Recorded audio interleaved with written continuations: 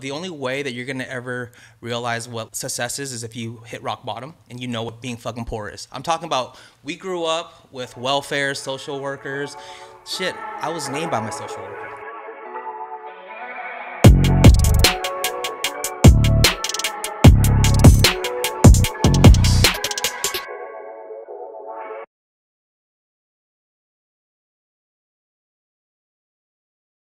All right, guys, so for people that are listening on audio, the reason why you need to watch on video, Chris walks through the door with the mullet. Show the mullet right now. You know, you got the biz in front, you got the party in the back. Why do you have that mullet? I just woke up and I was fucking bored. My barber comes in like every Friday, other Friday, and I'm like, what's the weirdest haircut you can give somebody? He was like, I don't know, I haven't had a mullet yet. And I was like, let's do that. How does your wife feel about that? I had blonde hair last year. She's at the point where she's like, I don't give a fuck. Do your kids know what's going on? Or not? My son has a mohawk right now, so he's not even tripping. Love it, love it. So let's get right into it, guys. So Chris is one of the first guys that I knew when I came to LA in the fashion space. He knew me and Jeff when we were in the negative, so he really has a holistic view of the negative to now where we're at today. So we're going to go back pretty far there. And for us on the show, obviously we want to bring on people to motivate, to inspire. And the big thing for me is people that are experts in certain spaces. And we brought on some people in fashion, but Chris, in this LA fashion scene, I think it's safe to say that he's known as the guy that's an expert with denim.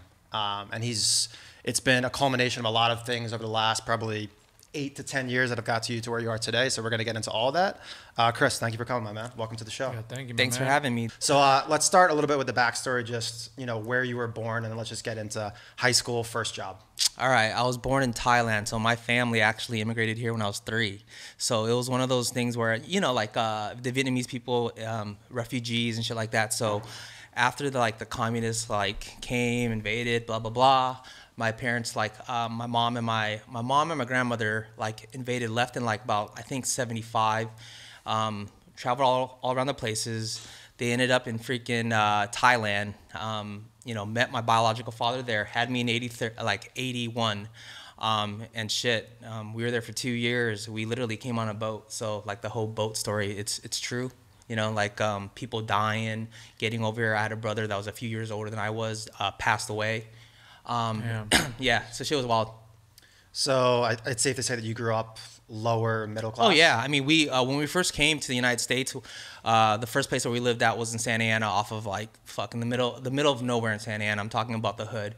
My mom, my grandmother, we rented a house, not even a house, we rented an apartment room.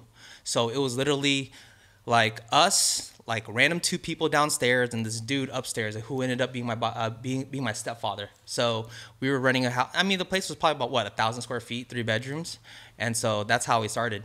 Do you know what's crazy? So far, we've had on 9 different guests, and I don't think any of the 9 guests have been more affluent or wealthy than upper middle. Everybody has been the lower of all low or upper middle. Yeah, I feel like everyone's lived in a closet or lived on a couch or somewhere. I mean, I feel as if, you know, the only way that you're gonna ever realize what success is if you hit rock bottom and you know what being fucking poor is. I'm talking about, we grew up with welfare, social workers. Shit, I was named by my social worker. I came over, my real name is Chris Ngo, and then they're just doing my paperwork out, and then the social worker looks at my mom and she says hey, you know, does he need, do you want to give him an American name?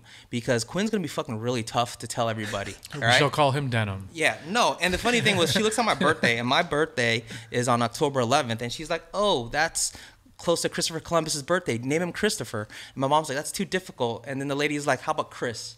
And so that's how I got Chris. Love it. Yeah. So what was your first job? My first job is Mrs. Fields Cookies when I was, I think I was 14. Wow. Yes, Mrs. Fields Cookies at South Coast Plaza. Bomb. Yes. Wow. Big cookie guy. That's a nice. Yeah, I was there. That's a nice mall though. I was there for I was there for a cool 2 weeks. What'd you learn? What'd you learn there? Did you quit? I didn't learn shit. So the reason why I quit was one day at the office, one day at work, I'm walking to the bathroom. I open the door and I see the manager taking a piss, and she's wide open and butt ass naked, pants down. And I was so embarrassed I never came back to work. Okay. Yeah. All right. So let's keep going down the path. Okay. I would assume that you probably got into fashion somewhat early. What was it? Retail that you got into first? Retail got in first. One of the first retail jobs I had was at Gap. Gap during my senior year of high school. So I was just doing stocks and just like front desk, just folding bullshit. And up until that point, were you passionate about yeah, fashion? Were you passionate about retail? I mean, I grew up in Santa Ana, and so my biggest thing was I've been a sneakerhead my whole life. So collecting sneakers and playing basketball. I mean, I started playing basketball really young because it's the cheapest sport you can play for free. You know, like literally, it's just you, a ball, go to a court. You don't have to spend shit. The basketball is rubber, $5, $7, whatever. So I'm just shooting hoops, and so obviously, along with like being passionate about sneakers and basketball, it gets into fashion. Interesting. Yeah, you had a crazy sneaker collection. You've given away a bunch of shoes too. I've given a bunch of shoes, but I still have a ton of shoes. What's your favorite shoe? My favorite shoes, Jordan 1s at 85.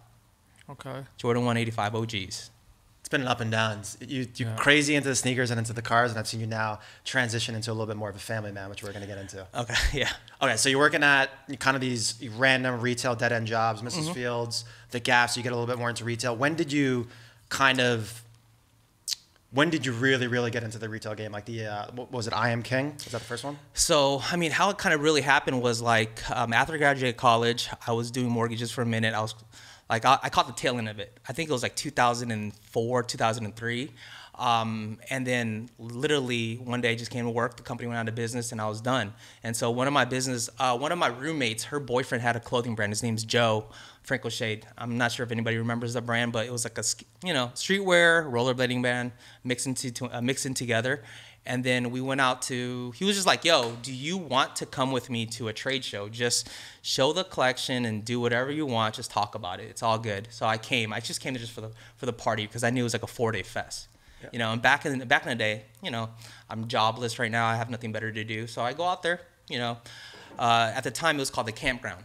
So at the campground, it's kind of bullshit. It's just pretty much all green, 2 rolling racks, just a desk, and I'm just sitting there just talking to random people. I meet a dude. He was like, yo, tell me about the brand. We kind of vibed, and he's like, yo, I want to place an order. So my first time I've ever been there, I wrote my first order right then and there. What year was this? This is, I want to say this is 2004. Okay. Into 2004. I'm like 23 years old. And so I was just like, all right, well, what do you want? And he was like, I want a 5, 10, 10, 5 across the board. And I was like, what the fuck does that mean? So my buddy Joe's like, yo, he wants 5, 10, 10, 5, starting from small. That means 5 smalls, 10 mediums, 10 larges, and 5 extra larges. So I wrote it down. The first order was 15 stacks, all right? And he was like, yo, I'm going to give you 10% of this. I was like, dude, I just made $1,500 fucking bucks. I was like, what's the catch? He's like, when he ships and I collect the money, I'm going to cut you the check. So I'm like, dude, I'm going to do this for the rest of the week. And so the whole weekend, I'm sitting there just hustling, talking to every single person. And so I think I might have wrote like 50 stacks that weekend. So I'm like, dude, I made a cool 5K. And he was like, yo, just follow up with the rest of these dudes. Here's the business cards, or collect whoever you can, follow up. So I think that first season, I wrote 80 stacks with him, like 80,000 in orders. I collected 8K. And then that was it. That was the beginning of me doing sales. Interesting. Yep. And this is when direct to consumer wasn't even around. This was all just wholesale orders, right? This is all wholesale orders, and this is when Karmaloop was like the very beginning of Karmaloop. And at one time, Karmaloop was the biggest online retailer. Yeah. Interesting. For streetwear. So how did you connect into this other world with all these Orange County entrepreneurs, the I Am King? Oh man. I'm King. So Andy, who's the owner of I'm King, me and him used to actually buy shoes from me. And so the funny thing was he used to buy shoes for me, and during the time when I was doing mortgages, he was an appraiser. And so he used to do all of our appraisals, and we did some fucking illegal shit. I'm like, Andy, I need this house to be $500,000. Put a pool in the backyard for me. Andy, can you hire the comps? And so this is the shit that me and Andy were doing. And so we vibed. We were good friends even after that. And so when he started the brand, and I wanted to be an independent rep and rep a bunch of brands, he had I'm King, and I was like, listen, you have no accounts, maybe 10 or so. What if I came on board? Let me rep all these other brands, but help you, and I just be like an independent rep for you. And he was like, all right, cool. And so I was there. I was there in the very, very beginning with him. And from a learning experience, was it just from you working with that last brand, or were you reading? Did you have mentors? Like, how did you know exactly what to do? The funny thing was, like, I've never had a mentor, and I've never read like a self-help book. I don't listen to podcasts. I'm sorry. Like, you know, all my buddies run a podcast. I don't listen to most of their podcasts. And that's just the truth. For me, it's just like, yo, if you're broke, you're going to have to figure it out. You know, other people are like, you know, let me sit here and read this book to tell me how the fuck I should feel or how the fuck I should move or how the fuck I should do. And I'm like, no, I'm not going to do that. You know, like, obviously, if you get in a situation where you're broke, you better figure it out or you're going to stay broke. It's all experience based. So you take the job with Iron King. At that point, were you partners with Lee or were you working by yourself? No, I was actually working by myself. Lee, my business partner, didn't come on until a few years later. And the funny thing was he came on as an intern. So, yeah. Wow, I didn't know that. Yeah, so shout out Lee. Yeah, shout out Lee. And the funny thing is, the fucked up thing is Lee came and I was a sales manager there at that time, and he actually applied to be a sales rep, and he didn't get the position. But this motherfucker came back and asked Andy, he's like, yo, I just want to be a part of the squad. Let me at least just work in the warehouse. And so he interned in the warehouse, and I saw how much he was hustling, and then I brought him on board a few months later, and then he became a sales rep. Interesting. And that's where we met. Let's talk about the importance of partnerships right there, because you and Lee, you know, as I mentioned before, I've known you for probably 5-6 years now, and longer, bro. I think. Yeah, longer. Longer. I've been in business I've been in business this year for 8. So I met you like my first year, so 7 or 8 years easily. Damn. Yeah. Okay. 7 or 8 years. Uh-huh. Tell us about the importance of partnerships, because for me, I couldn't imagine. You know, obviously there's a lot of, you know, stress and responsibility that needs to sit on your shoulders, but having someone to talk to obviously is huge. I think the thing is, me and Lee, we see eye to eye. And then the most important part about a partnership is knowing that if you're not at work, your partner's not fucking goofing around. Vice versa. If he took, let's just say this, if he took a vacation for a month, he knows that I'm not going to be like, well, he's out there for a month, I'm just going to chill too. It's not going to happen that way. If I had to take some time out, I know he's not going to be like, well, he took some time out. We see it eye to eye. Most of the time, me and him are always texting like every day. We still text all the time, sending each other fucking other people's videos and like other people's, you know, we go through everything together. Just for whether it's inspo, business plan. If you had a room right now and it's just me and Lee, all we're talking about is making moves or other ways to make more money. Now, are you guys like opposites? Like me and Mark are complete opposites. Like, are you guys like the same person? No, like, I mean, we're opposites in certain aspects, but we're not 100% opposite. I mean, he's more of a low key dude. Me myself, I'm like, after I have a drink, I'm wild, you know. But he's chill with that. But I mean, well, we're not total opposites. I feel like the common thread is just the work ethic. Exactly. Yep. Exactly. I mean, I got a story about his fucking work ethic. It's crazy too. Drop it. Let's hear it. I mean, I want to talk about this. Shit was kind of crazy. So when he first started as a sales rep, he wasn't making dick money at all. You know, and I'm King, we didn't make shit. I'm gonna put it out there. We didn't make shit at all. I mean, it was just us living off hopes and fucking dreams. But you know, he literally was. I think he was waking up at like 6 or 7 a.m. in the morning, and he was doing deliveries for dry cleaning. So he would drop off dry cleaning for like 3 to 4 hours before he came into I'm King and worked from like 11 o'clock to 5 or 6. So that's how he made his income, just in the beginning. Okay, Lee. that's awesome. I'm with it. So let's talk about that next level, because for me, I remember vividly one of the reasons why we worked for you was the published brand. Yeah. And for people that don't know, published brand at the height was, I don't even know, probably 20, 25, 30, 50 million. I don't even know. Man, I don't know. I don't even think they're that high, but not anymore. Not anymore. I'm talking about at one point. So how did you grow the Leverage Showroom, which is the name of his sales agency? It's relationship based. You know what I'm saying? I always said the same thing about like this business. So this business, it's not about the product that you sell, it's about the relationships that you have. So it's like this, me and you know, if I lost the leverage tomorrow, you're still fucking with me because of relationships, right? I might start something and be like, yo, Mark, come check this out. You're going to be like, all right, well, fuck, it's Chris. I'm going to do it. And so how I kind of felt was, you know, I built the relationships with all these stores, and I'm like, whether it was this brand or that brand, they're always going to give me chances because of the relationship I have with them. And so how I kind of, you know, pun intended, leverage my relationships for, you know, all of our businesses. So I could start 2 or 3 brands tomorrow, and I can get in front of almost 600-700 buyers right away, just because they're open to it, because we have a relationship with them. What's very interesting is, you know, I don't go out that much, and I actually try and rationalize when I go out partying for biz development and closing deals. And I remember vividly at all the trade shows, you were always the guy that was popping off at the club. I always remember you with that guy, Max, from Wilkin. From Wilkin in Canada. Yeah, what up, Max? Yeah, and talk about the importance of, so relationships and just going out there and being out there. I know the thing is, like, in our industry, you don't see a lot of your buyers and and other brands until trade shows. And so for us, it was like a trade show was a time to, to see people rub elbows, communicate, and just like show, yo, I'm still here. So for us, the parties, we popped a lot of bottles, we covered a lot of checks, and it was cool though. I invited all my buyers out, like, yo, we have a table at XS, come through, it's on us. And it is what it is. I mean, at the same time, we had a good time, everyone's drunk, and everyone had a good time. How often are you doing those? I mean, besides trade shows? I mean, back then it was a lot.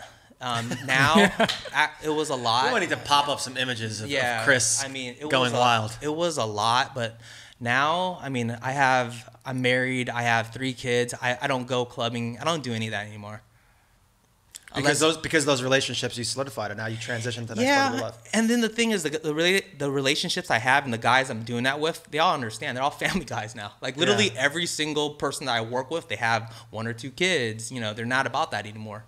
Makes sense. Yeah. So, what's interesting about about the leverage is basically you were working for all of these brands, and then you definitely found an epiphany where you're like, hey, I'm building all of these guys' brands. Mm-hmm. They're probably not even listening to me what I'm saying. No, they're not. Now it's time to start my own brand. So why don't we talk about that transition where you saw the opportunity to take all these relationships and then start something that you owned?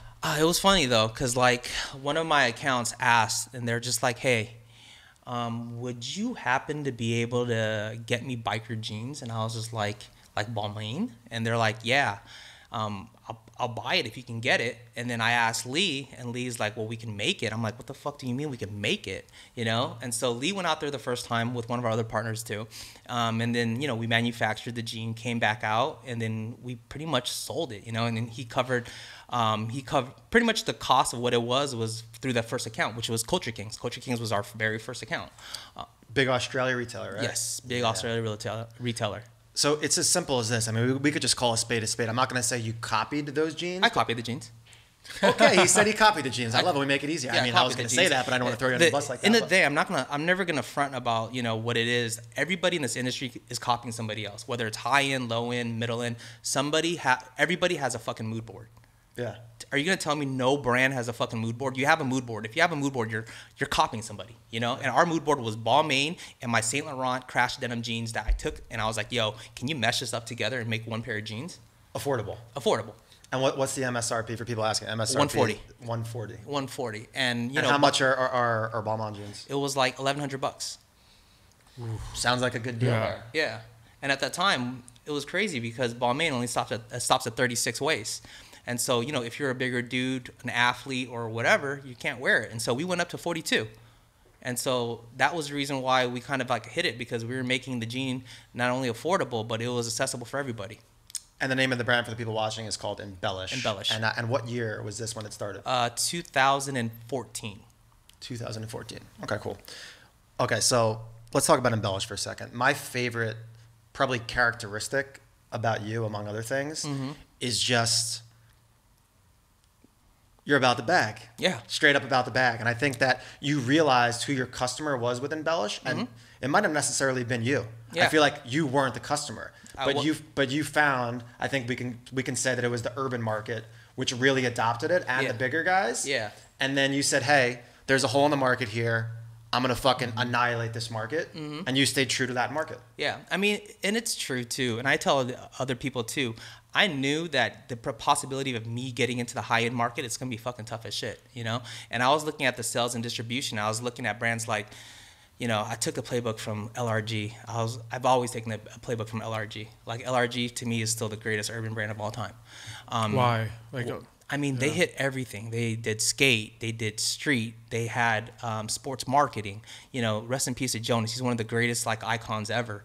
But they had everybody wearing it. And I'm from Orange County, so those guys are iconic as shit for me, And so for me, I was like, yo, I need to create something that everybody can wear and everybody can afford, and, get this to all my retailers. How much of the, having those plus sizes impact your marketing and targeting of customers? It was awesome, because the thing is, we were generally getting legit athletes and basketball players wearing it at first. And then this is the time before the influencer marketing. So players were like, NBA players were literally wearing it, tagging us. And it was crazy. I know this is before they caught on. They're like, okay, I'm not tagging this unless I get a few bags, you know? Yeah. But back then, dude, I was getting it on D-Lo, Karl Anthony Towns, Giannis. I mean, name any basketball player. I had it on them. Let's talk about the importance of leveraging those pictures and such, because we all know, I'm sure, that you showed those pictures to the accounts, and then the accounts probably can utilize that to sell the denim. Yeah, for sure. I mean, so how big are the celebrity endorsements for you? It's huge. It's huge. It's almost like, you know, the celebrity endorsements is almost like the influencer and the micro-influencer market now. You know, it's like who they... Obviously, back then, you look at rappers and you look at artists as fashion icons. Now it's different, dude. You look at sports guys, like, dude, they have this thing called league fits now, you know? And I was just talking about that this morning, actually. You know, you have guys like league fits, and kids are actually looking up to, like, sports guys as, like, yo, legit fashion icons. OBJ is a fashion icon. Kelly Oubre, even though he's the second or third best player in his team, is a fashion icon. You know, shout out to Nick Young. You know, he was, like, the first. That's my boy, though. So Nick Young is a free agent that probably wants to get into the league. Yeah, but at the same time, Nick Young was the godfather of street fashion for the NBA. And it's crazy because nowadays you could probably maybe even leverage more money off the court than on the court if you're a guy like that that's making only a couple. I'm pretty sure his most hated brand is doing pretty well. Yeah, most hated is dope. Yep. Interesting. So let's talk about something that we talked about a few episodes ago. We did with entrepreneurs, but since you're super dialed in the street and fashion culture, I would love to hear who you think the icons are, whether it be the brands or the figureheads of the fashion culture. I think one of them, Jonas from LRG, I would agree with that. That's actually, we had Aaron Levant on, who's a big trade show guy. He talked about him as well. So who are guys that in the last 8 to 10 years through the trade show circuit, the fashion market, are people that you think have really revolutionized the space? I mean, I would say obviously Jonas, I mean, he passed away a few years ago, but he was still the godfather of it. I would say Nick Diamond made it. Nick Diamond actually changed the look of your social media. So, you know, he actually has a better following on his personal account than the actual the Diamond account. And kids followed him because the lifestyle that he lived, obviously the flashy cars, the watches, the money and everything too. And it portrayed the brand. So he was like the POV for Diamond. And so I honestly think he was the first to do that in the social media space. And so he did a really, really good job with it. Yeah, he's definitely, I think he revolutionized just Fairfax in general. Yeah. What about retailer? So for us, I want to get a little bit deeper into retailer. You have access and a lot of relationships with all these boutiques. And boutiques, I would like to talk about, I think they're fading a bit. So what's one boutique that you think has done it right, they've weathered the storm, and is still out there? Ooh, this is tough. Off the top of my head, I mean, right now, I would honestly say Zumiez as a big retailer has done a pretty good job of it right now. You know, when we're in a situation where a lot of these retailers aren't open to new looks and new ideas, they keep on revolutionizing and just pretty much buying smarter. You know, obviously the situation with like brand stores like, let me see, Sheiks and your PacSuns who. They had situations with filing bankruptcy or closing doors. You know, Zumiez hasn't yet. And so they've been around since like, 70-something, and they're still at 500-plus doors. Their buying team is relatively really smart. So what advice would you give to someone that's opening up a retailer today? Open up a retailer today, you got to just check your location and figure out what you're going to sell. The biggest thing is seeing who's around you and what they're carrying. Because these days, it's like, okay, well, like L.A., opening up like a high-end store in LA is going to be tough because how many stores do you have out here? You know, you're going to be going up against your H. Lorenzo's. You're going to go be against Unions, and just that whole area out there. You got stores like Stone Island. You have stores like who else is out there? I just can't. Undefeated's out there. You got Bait. You know, it's tough out in LA. So what I would say is this: figure out exactly where you want to be, who's around you, and what product you want to sell. Look at what's around you as well, the demographics. You look at the kids, the ages, the schools, the high schools, and see exactly who you could bring in and what customer you can bring in. Do you think brick and mortar is dead or no? I don't think brick and mortar is dead, but the thing is, it depends on the location. So a lot of my business is urban market, you know, the Southeast, the Southwest, the Midwest, the Northeast, where, you know, guys are still going into the stores, they're still shopping, they still want to pay in cash, they still want to come in there, You know, they'll bring in their shoes and be like, yo, I need a jacket, I need a pair of jeans, I need a hat that matches shoes. And so, you know, with that business, I don't think it'll ever die. With Embellish, have you guys transitioned to spending more money online to get, you know, direct to consumer? I mean, our main focus is more on the wholesale side, but you know, even on like the direct consumer side, it's shifted a lot. Our business is nowhere near it used to be, and you know it. Yeah. You know, the online business is tough. Okay. If it wasn't for wholesale, we wouldn't be in business. Straight shooter we got here. I like it. So Embellish, it's now 5 years old, and you've been a part of some other projects. House of Junior is one I know that's close to your heart. I want to talk about that. Yeah, House of Junior is super close to my heart, actually. It's the brand that I started about like 5 years ago. It's named after my kids, Jordan and Ryder. So what it was is we took down sizes of stuff that we had. I mean, I own a few brands, and I'm like, all right, cool. I want that jacket. I want those jeans from that. Shrink it down, and let's just give it to the parent. Because at the time, I just had my daughter, and then my son was like in the womb, and I'm like, do I really want to buy Old Navy? Do I really want to buy them Gap? Bape is hella expensive. I'm not. This is before Gucci was making a lot of kids' clothes, and so I was like, you know, I just want to create some cool shit just for my kids to wear. And so the minute that we launched it, it got picked up by Hypebeast and it went viral. You know, and then next thing you know, a year later, we're in Barney's. You know, rest in peace to Barney's, by the way. This was before Kith the Kids too. You guys, I think you guys were the first. We were the first. We were the first. The first cool kids brand. Yes, I was literally the first biker denim for kids brand. I made the first Elong tee, the first side zip. I dead ass did. And this is before obviously Kith. Yeah, this is way before. This is way before Kith made kids clothes. So it seems like there's a common theme. You're basically taking concepts and you're either moving them into different distribution, different price points, or in this case, different just overall markets. Yes. So you're basically using the same production that you were using for Embellish for House of Junior? The same factories, just different fabrics. Love it. Okay, so licenses. I've seen you guys do a lot of work with other licenses for House of Junior. Yeah. A lot of these licenses I don't even know. I don't have children, but like Paw Patrol and stuff like that. Yeah. How crazy has that been for you guys, and how impactful has it been for the business? Because we're obviously big with licenses. Honestly, the license business opens like a lot of doors for us because it gives you the ability to work with like a lot of like corporate people, and just like the whole structure and everything too. And it's awesome. I mean, you know, doing the Paw Patrol. I mean, they have hella marketing budgets. They're like, yo, here's 25 stacks, throw a fucking party, make it look cool. We just want to get the marketing and content. You know, when we did the Disney collaborations, same thing. And right now I'm working on a couple other things too. We just had a Universal photo shoot yesterday for Jaws, and I have like 4 more IPs with them for Back to the Future. What was the other one? Back to the Future, Jurassic Park, and Minions. Ooh. Yeah. So I mean, that's like actually the main question I get asked, and I'm sure Mark does too, is how do you obtain licenses? Because to me, if you know nothing about licenses, it's kind of like this foreign thing to you. Yeah. Like, how do you get them? Yeah, like honestly, it's brand building. You know what I'm saying? Like when you go to like those shows, you walk around and there's like thousands of people walking around trying to get the same licenses. And so when I built House of Junior, I didn't care about the dollar amount. I wanted to build a cool brand. So with House of Junior, we weren't worried about selling it to anybody and everybody. You know, that wasn't like my whole process. That's the reason why I sold to Barney's. I made it more premium, you know, and I did collaborations with Fila, Rock Nation, Clot. I did that so I could put it to my brand deck.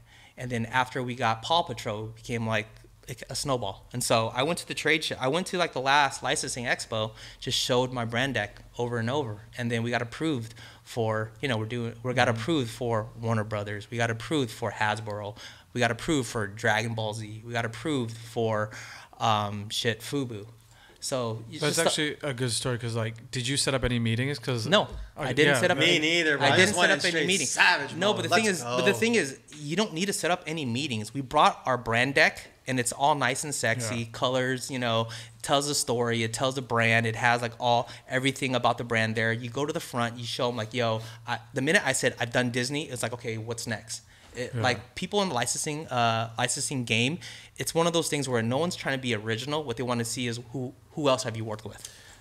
It's the leverage. You're basically using your past experiences and licenses and leveraging to new ones. Exactly. That's the reason why you just start with, oh yeah, by the way, I just did Disney. So what if you don't have, you know, a blue chip brand like Disney?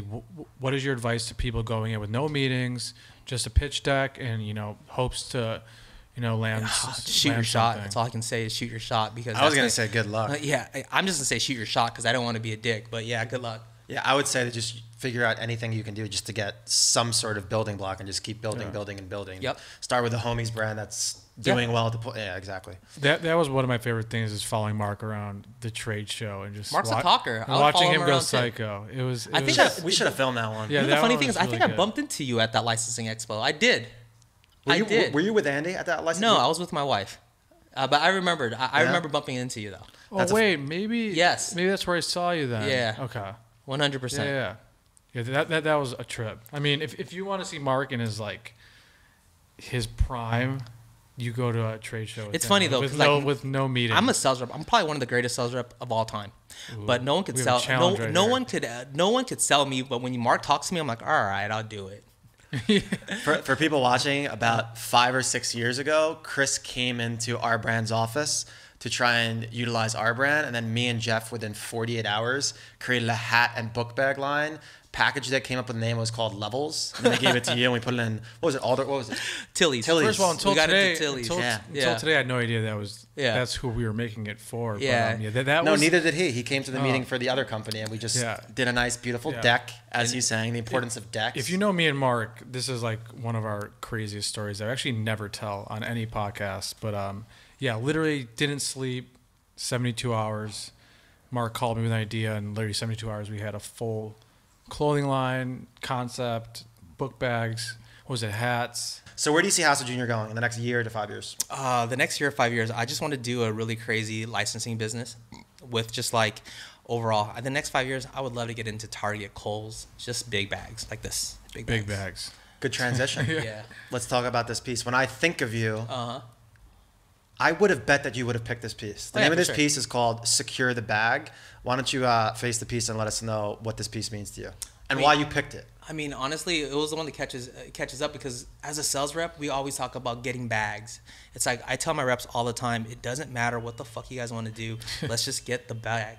I tell them all the time, because we run a different structure at the Leverage. You know, look, the Leverage, like most brands, you'll have like, so most brands, you'll have like, 6 deliveries a year. You sell the deliveries and that's it. And I tell my reps, okay, well, if you have any account that's willing to, make X amount of units, we'll do a special markup for them, an SMU. It doesn't matter.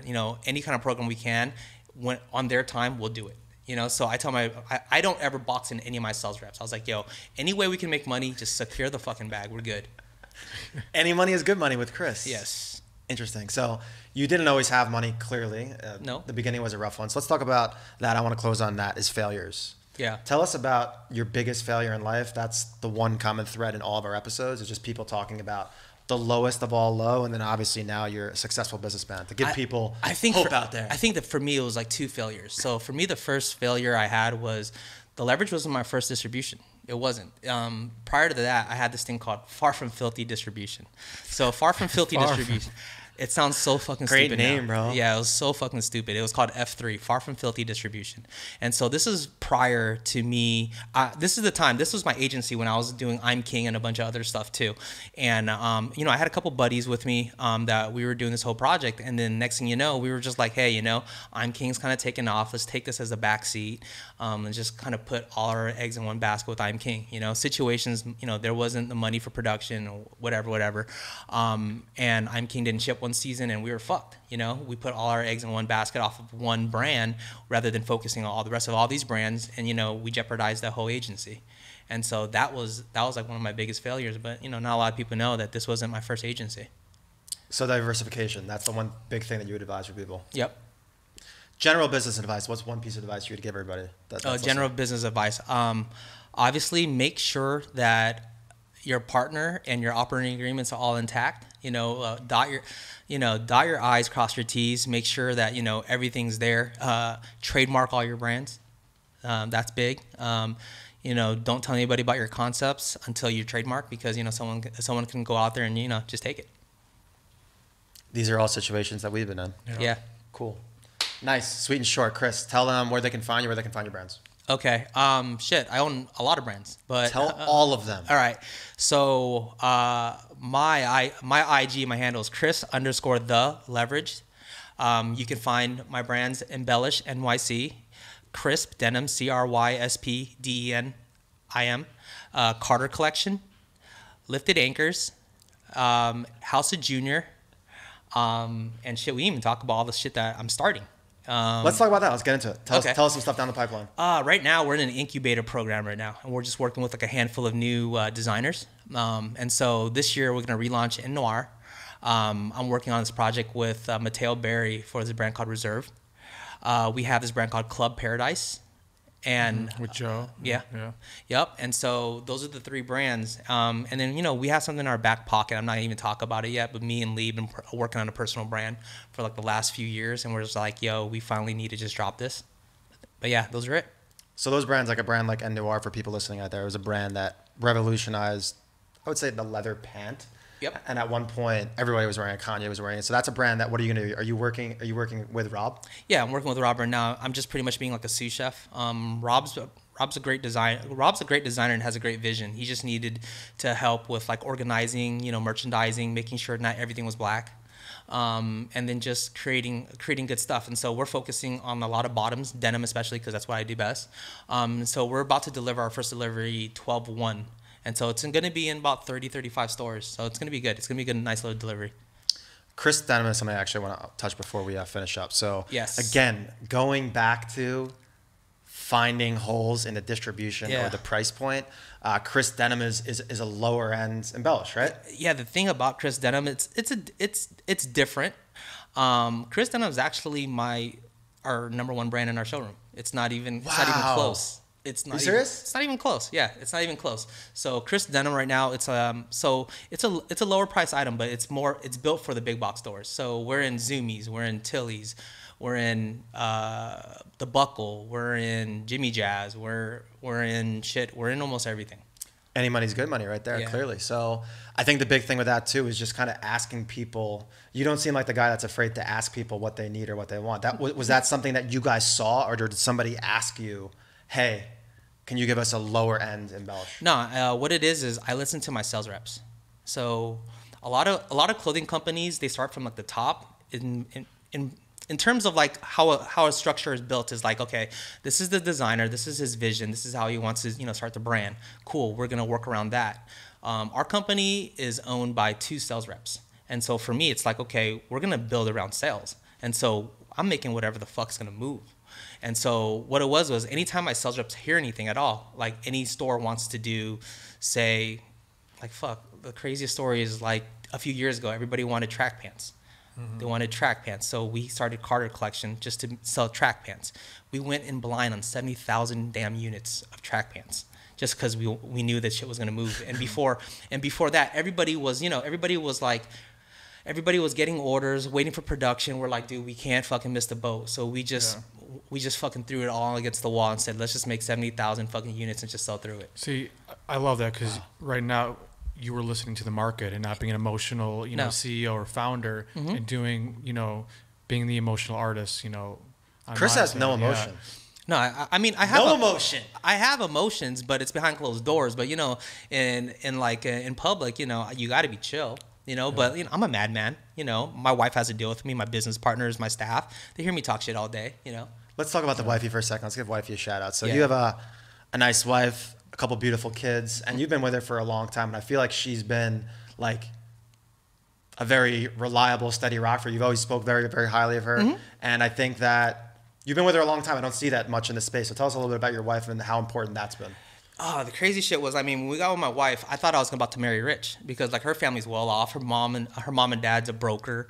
They came huge ass house in HB. The first time I met her, she pulled up. I met her parents once. Do you remember that? Yes, I did. And her dad dresses better than I do. He's in fucking Tom Brown and fucking Dolce & Gabbana from head to toe. He was the one that kind of put me on game to fucking Essence. He's like, have you ever checked out Essence.com? They carry the best brands. I was like, what the fuck is that? But like for me, like when I met her, I was just like, shit, like she's so used to this type of lifestyle. How the fuck am I supposed to provide for that?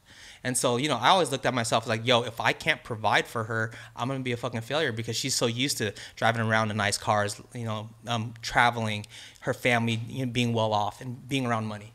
So she leveled you up? Yeah, she 100% leveled me out. And then obviously she supported me because she was always like, shit, it was her fucking like literally we had 40K in the bank account, and she was like, just take all of our money and, you know, just Rochambeau against his brand. And so figure it out. And figure it out. And we did. And, you know, we flipped it. We flipped it a few times. We started a few more brands, and then we're here right now talking to you. There you go. I love it, man. Yeah. Thank you for coming on, my man. I appreciate it. Peace.